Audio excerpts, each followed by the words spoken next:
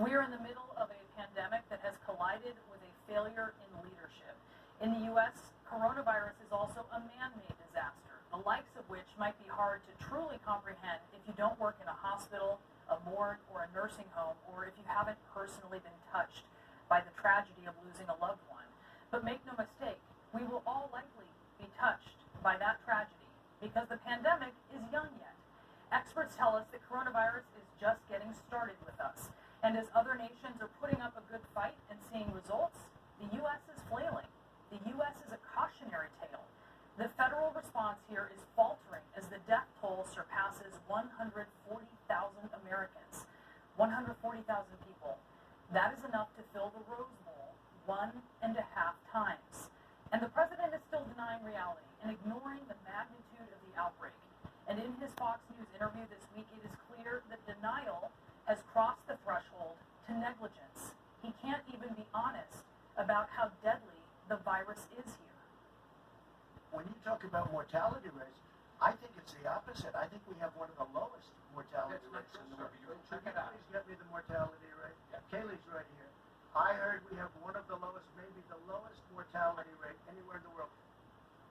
Now, as Chrís Wallace noted, it is not. Of the 20 hardest hit countries today, the U.S. is 10th in mortality rate.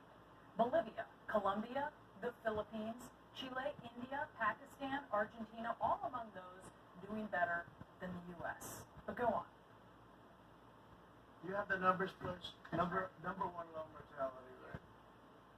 Okay, he's even lying about the lie there because the chart that he decided to use from the European CDC, not his own, still doesn't show the U.S. with the lowest mortality rate.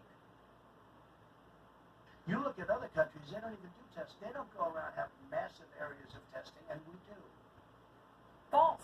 Of course other countries test. The difference? Many of the successful ones have a cohesive national strategy. They test, then trace, and their citizens wear masks. Why on earth would your administration be involved in a campaign at this point to discredit Dr. Fauci, who is the nation's top infectious disease expert? Because we're not. He's a little bit of an honest.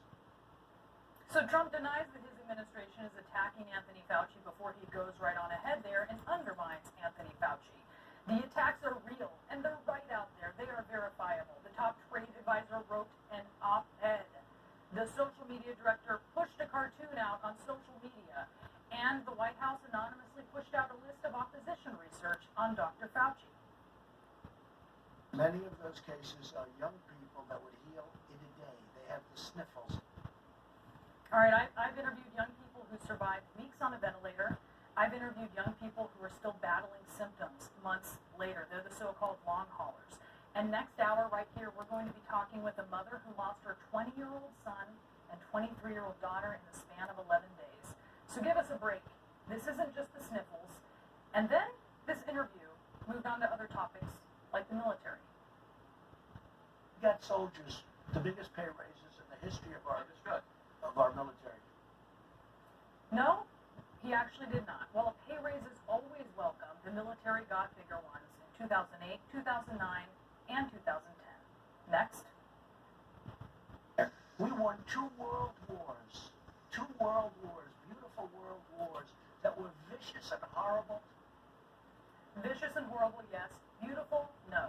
War is hell, and he knew that well enough to get 5 draft deferments and make sure that he never saw war. Millions and millions of people were killed in those world wars. Then Trump responded here to the Pentagon possibly considering changing the names of bases named after Confederate generals. Military says they're for it. Excuse me. I don't care what the military says. I'm supposed to make the decision. Now, the military trying to do its part to ensure a cohesive environment for servicemen and women, blocked by the commander-in-chief, who is hailing American traitors. And then he said this. Well, can you give a direct answer? You will accept the I election? have to see. Look, I have to see. That is a president there undermining the institution of American democracy. Next, President Trump talked about Joe Biden. And It says nothing about defunding. Oh, really? It says abolish. It says let's go. All right. Give me the charter, please. All right.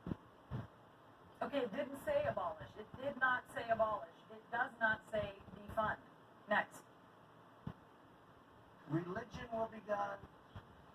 Okay? Life, you could forget about that, the whole question of life. Supreme When you say Court. life, you mean abortion. Absolutely. You say religion is going to be gone. What does that mean? Look at what they're doing to the churches. They won't let the churches even open if they want to stand in a field 6 feet apart. All right, so who is they? Well, at the state level, there are officials from both parties who are putting limits on large gatherings, not to ban religion, but to save lives. But go on. We've had churches that wanted to stand in fields 6 feet apart. There has never been an administration that's done so much as I have. From tax cuts to regulation cuts to rebuilding the military to getting choice for the vets. Nobody's done the things I've done. Actually, they have, because it was President Obama actually who signed the Veterans Choice Program into law in 2014, not President Trump. That was nearly 3 years before President Trump moved into the Oval Office.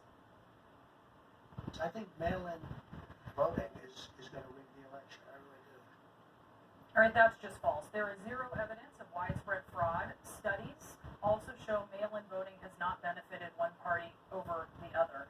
Also, the president, along with many of his advisors, have voted by mail for years.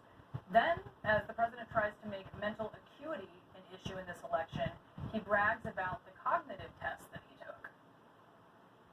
The first few questions are easy, but I'll bet you couldn't even answer the last 5 questions. I'll bet you couldn't. They get very hard. Okay, so the last questions on that test: what day is it, and what city are you in? You answer the Let question. Biden sit through an interview like this. He'll be on the ground crying for mommy. He'll say, "Mommy, mommy, please take me home." All right, we'll just leave it there. Doctors in one state are begging the governor